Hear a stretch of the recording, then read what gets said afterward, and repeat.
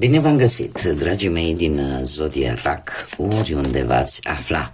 Bine ați venit tuturor pe canalul meu Tarot Flori de Loto, atât dragilor mei abonați, cum de asemenea și celor care poate sunteți pentru prima oară aici pe canal.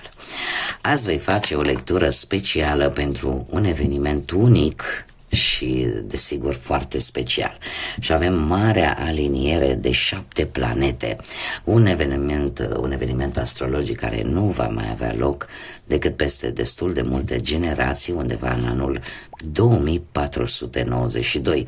Așa că suntem fericiții cei care reușim să fim martori la această paradă planetară care va avea loc pe 28 februarie. Așa că această aliniere atât de unică este un moment foarte bun de a manifesta dorințe. E o oportunitate de a cere Universului: asta este ceea ce eu îmi doresc. Desigur, zodiile de apă, la fel ca și voi, Rac, Pești, Scorpion, vor simți un pic mai acut această putere, această puternică energie universală. Este ca o invitație din partea Universului de a fi mai atenți la ce trebuie lăsat în urmă, la ceea ce nu ne mai servește și în acest fel să ne deschidem către noi posibilități. Este modalitatea de asemenea a Universului de ne-a vorbi. Are o multitudine de forme în care Universul ne vorbește, iar această paradă planetară vine ca o aducere aminte că întotdeauna este loc de mai bine, întotdeauna va fi loc de a crește, de a ne dezvolta și de a visa la lucruri mari, la lucruri mărețe. Îl avem pe Venus care ne îndeamnă să ne punem ordine în viața noastră sentimentală, în ceea ce privește aspectul nostru fizic. Îl avem pe Marte care ne îndeamnă să acționăm, pentru că e momentul să luăm taurul de coarne și să avem inițiativă, mai ales în ceea ce privește viața profesională, cariera, muncă, cât și în alte proiecte sau pasiuni. Jupiter, marele benefic, vine și el cu îndemnul de a începe lucruri noi. Acum este șansa și momentul oportun să o facem. Saturn, desigur, ne va ajuta să ne organizăm mai bine, în felul ăsta să putem construi proiecte pe baze mai solide. Uranus ne aduce acea tărie de a ieși din zona noastră de confort, de a lăsa obiceiuri vechi, obiceiuri nesănătoase, care deja nu ne mai fac bine și de a prinde curaj și a începe lucruri noi. Neptun, desigur, vine cu intuiție și voi, cum sunteți o zodie de apă și intuiția voastră este una foarte bună, cu atât mai mult, de asta am și spus că zodiile de apă vor fi cele mai, nu neapărat afectate, dar vor resimți foarte mult toată această energie a Universului, a acestor 7 planete, așa că fiți atenți la ce visați, pentru că visele sunt foarte puternic influențate și ascultați-vă inima la modul literal. Ascultați-vă intuiția, pentru că din punctul ăsta de vedere este foarte bine aspectată. În ceea ce privește ultima planetă care s-a alăturat deja celor 6 deja existente, lectura cu prima aliniere de 6 planete o găsiți în lista de pe pagina, de pe canalul meu de YouTube, se numește Tarot 2025, căutați acolo aliniere planetară și veți găsi și lectura pe care eu am făcut atunci când cele 6 planete s-au aliniat. Ultima venită este vorba despre Mercur care ne va ajuta pe toți să comunicăm și să ne relaționăm un pic mai empatic, un pic mai emoțional, un impact emoțional un pic mai puternic și trebuie să vă spun că acest Mercur, în special pe voi și încă alte câteva zodii, vorbim de Berbec, de Scorpion, Pești și chiar Săgetător, veți simți mai accentuat acest fenomen și anume această sensibilitate în momentul în care comunicăm cu ceilalți, ne relaționăm cu ceilalți, care, desigur, poate să aducă, vine cu două tăișuri, da, poate să aducă și mici neînțelegeri, tocmai din cauza sensibilității accentuate, dar ne poate ajuta să găsim o formă mult mai bună de a ne înțelege cu ceilalți și de a îi înțelege pe ceilalți. În ceea ce privește pe voi, dragilor, se pare că această perioadă este o perioadă de conexiune emoțională foarte profundă. Foarte profundă, unde voi chiar trebuie să vă ascultați ce vă spune inima, ce vă spune intuiția. Pentru că se pare că nu vă va da greș. Și haideți să vedem care este energia voastră, dragii mei, din RAC în această perioadă. Și avem foarte interesant, avem numărul 6 și se pare că mulți dintre voi, atât doamne cât și domni, vă ocupați cu arta ghicitului sau cu arta cumva să vedeți în viitor. Aici, din câte vedem, pe unii dintre voi se pare că deja vă interesează ce spun cărțile, ce spune acest cristal, anumite lucruri care poate până acum nu le-ați dat importanță, dar brusc așa a apărut acest interes. 6 este numărul armoniei, dar în același timp este numărul distrugerii. Se pare că sunteți unii dintre voi între această energie de a distruge ceva nefolositor care nu mai are ce căuta în viața voastră, pentru a putea construi ceva nou. Sunteți într-o energie de echilibru, de vindecare pentru unii dintre voi, iar eu aș mai spune că sunteți foarte înclinați către partea asta spirituală și către echilibru, atât în relație cât și pe plan financiar. Cartea în sine ne spune așa: îmbrățișează-ți puterea. Nu știu, că tot încerc să găsesc mental un sinonim la a ghici, pentru că mi se pare un pic aș vrea să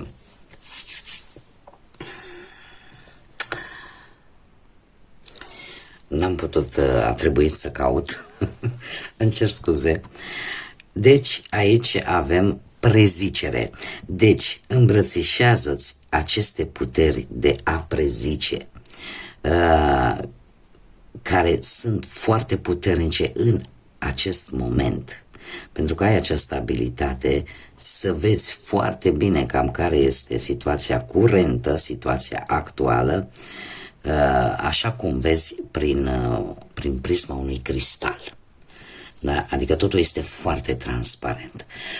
Cum am mai spus, intuiția este la cote maxime și ar fi păcat să nu faceți uz de ea. Haideți să vedem ce ne spune tarotul Oșozun pentru voi, dragii mei, din RAC, pe plan profesional.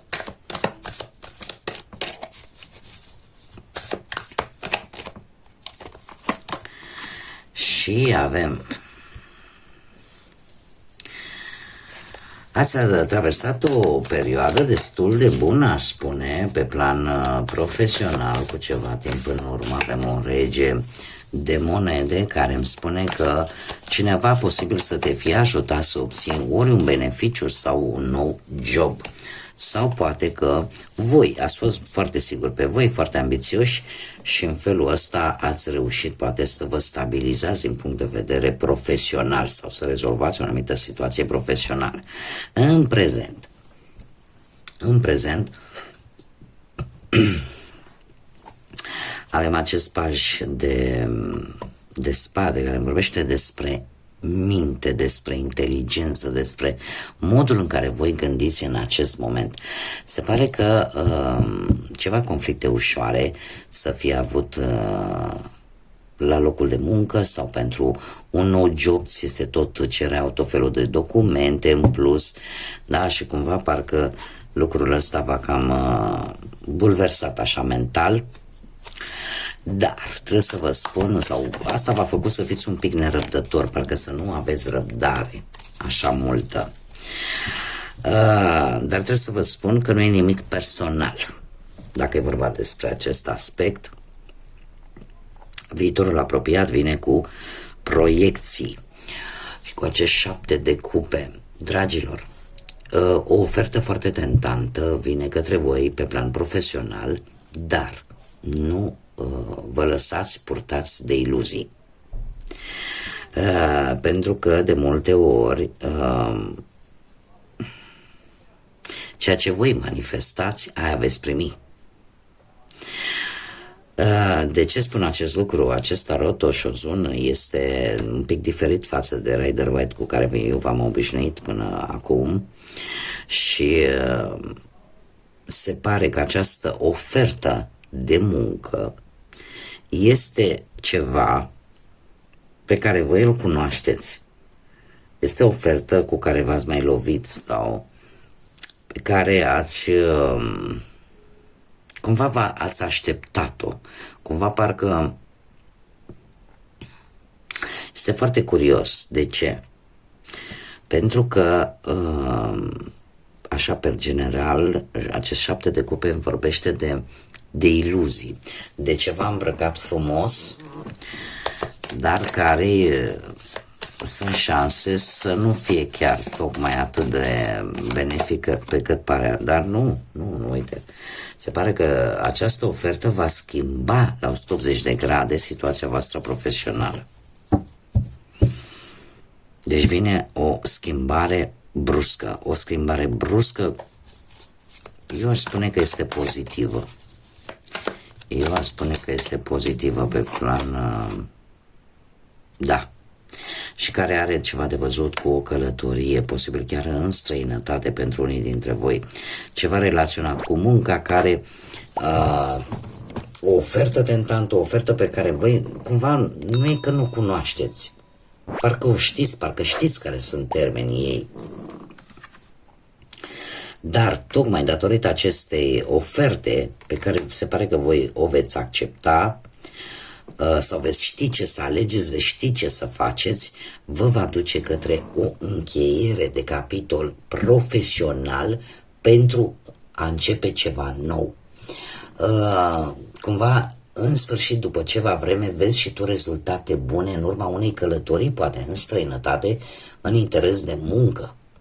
Da? Și cumva, în sfârșit, se încheie o anumită etapă, un anumit proiect pe care tu l-ai avut în minte de ceva vreme. Mergem mai departe, haideți să vedem pe planul financiar. Ați avut parte de o reușită foarte frumoasă, aș spune, cu ceva timp în urmă, un câștig de bani destul de bun, ceva v-a ieșit, ori ați rezolvat o situație financiară, ori ați câștigat o anumită sumă de bani, dar ați fost pe cai mari, ca să zic așa. În prezent avem un 2 de monede care cumva parcă ați mers așa, ați cam oscilat cu banii. Ați avut voi niște puncte stabile, dar niște bani puși deoparte, dar ați cam făcut malabares, cum spune spaniolul, da? Ați făcut jonglerie, așa, ca să vă descurcați. Ce ar mai fi de spus cu 2 ăsta de monede? Că cumva parcă nu vreți să vă riscați cu ceva anume. Și sunteți foarte atenți atât la cei care intră cât și la cei care ies, la banii care intră și cei care ies. Și se pare că bine faceți. De ce? Pentru că avem turnul, avem acest fulger.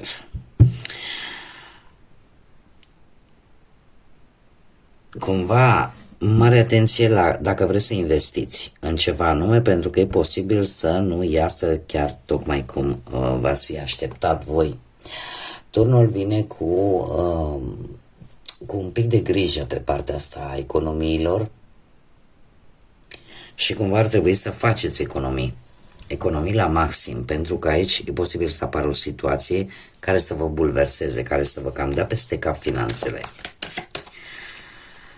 Da, e ceva aici care nu prea e în regulă. Ceva nu e cum ar fi trebuit să fie și știu că o să vi se pară poate ciudat de ce mi se întâmplă chestia asta. E posibil ca voi să trebuiască să învățați o lecție în ceea ce privește banii. Haideți să începem cu partea sentimentală. Prima dată, cei care sunteți într-o relație. Dragilor, voi lucrurile, eu zic, au stat destul de bine în ultima perioadă pentru cei care sunteți într-o relație. Și dacă ați avut ceva conflicte, ați reușit să le rezolvați cumva și să mergeți înainte. Cert este că în prezent avem acest 6 de spade care vorbește de o încărcătură. O încărcătură prea mare. Cumva, parcă toate vin pe capul vostru, parcă voi trebuie să le descurcați pe toate în același timp și lucrul ăsta vă cam doboară. Simțiți nevoia parcă să faceți o călătorie, parcă să lăsați așa totul în urmă și să plecați cât vedeți cu ochii. Dar viitorul, încă un 6, de data aceasta de monede. Faptul că se repetă cifra 6 de 2 ori îmi spune că simțiți acea nevoie de a termina ceva. Există în relația voastră ceva care nu vă mai place sau căreia voi nu-i mai vedeți poate nu mai vedeți o rezolvare sau poate vă deranjează, poate un obicei anume sau poate rutina. E ceva care vă deranjează. În viitorul apropiat cu acest 6 de monede, eu aș spune că încet armonia revine în pereche. E posibil, poate chiar după o călătorie. Și eu aș mai spune că conflictele sau micile neînțelegeri care pot apărea în relațiile voastre vin tocmai din cauza încăpățânării și a faptului că fiecare are o intoleranță, da? Nu tolerează ceva anume, dar parcă vine într-o măsură egală. Mie totuși cărțile îmi spun că relația cumva va reuși într-un final cu compasiune, cu un pic de înțelegere și de acceptarea probabil a unor mici compromisuri să alunge aceste mici probleme în așa fel încât armonia să vină în perechea voastră, pentru că într-un final se pare că se va găsi o cale de mijloc. Și înainte să continui pentru cei care o să uit, da, este ceva nou. Haideți să vedem un mesaj sentimental pentru cei care sunteți într-o pereche. Limite, tocmai ce vorbeam, dragilor. Se pare că așa cum tu îl cunoști pe celălalt și el trebuie să te descopere pe tine și în felul ăsta vă veți da seama de fapt ce lucruri în comun aveți. Da? Este un îndemn, aș zice, de a fi deschiși, de a vedea exact ce place celuilalt și ce nu. Ce pot accepta de la celălalt și celălalt ce poate accepta de la mine. Da? Deci, limite, dragii mei. Haideți să vedem cei care sunteți singurei în urma văduviei, în urma divorțului, în urma separării sau a faptului că nu ați reușit până acum să vă găsiți pe cineva. Of, dragii mei, dragi, ați traversat o perioadă destul de dură în care practic v-ați plâns de milă unii dintre voi și trebuie să vă spun că Hei, hei, hei.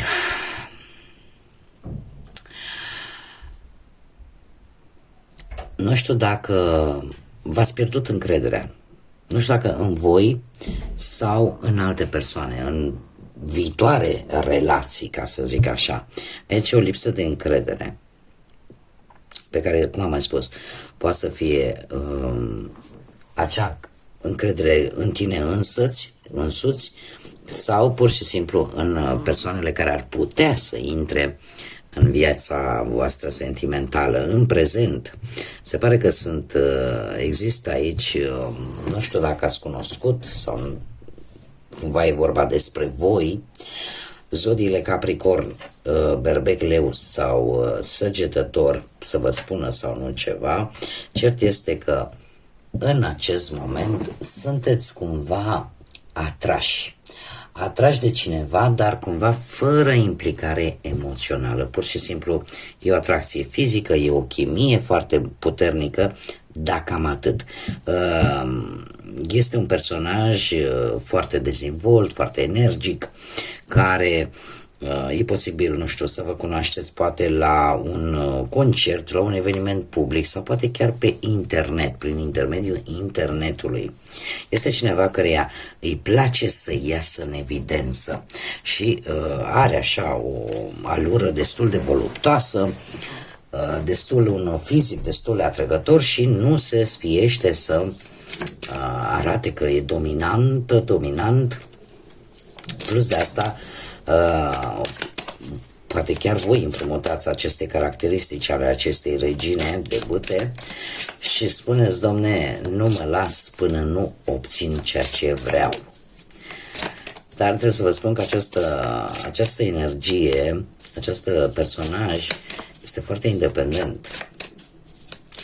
E adevărat, are un magnetism foarte mare. Beneficiile îndoielii este mesajul sentimental pentru voi, dragilor, care sunteți singuri. Mai dă relației încă o șansă. E posibil, ori voi, ori persoana de care voi sunteți interesați sau veți fi interesați, să aveți ceva îndoieli că împreună puteți ajunge la o relație. Totuși se pare că aceste beneficii ale acestei îndoieli vă va face să dați totuși o șansă. Măi, dar dacă va merge.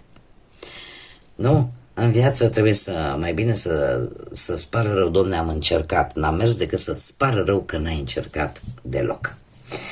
Haideți să vedem care este sfatul general pentru voi, dragilor, cu toată această energie acestor 7 planete. Și avem primul pătrar de lună din Gemeni care ne spune: vorbește cu acel tu interior. E ca și cum ai spune, vorbește cu partea ascunsă din tine, cu partea aia pe care nu o arăți lumii.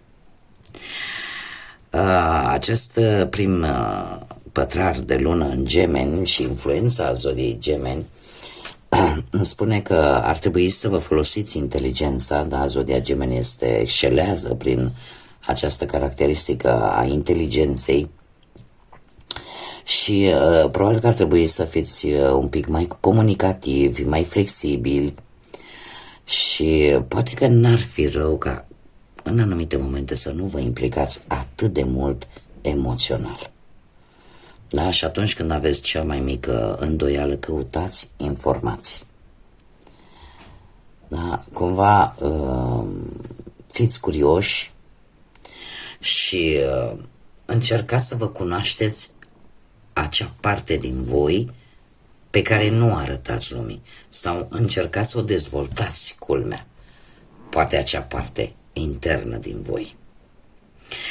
Bun, dragii mei, aceasta a fost lectura pentru voi. Eu vă mulțumesc din suflet pentru atenție și vă doresc ca toată această paradă planetară unică să vă aducă acea energie de care aveți voi nevoie, să vă îndeplinească acele dorințe cele mai arzătoare de care aveți nevoie și, desigur, să profitați din plin de toată această energie cosmică și universală a celor 7 planete în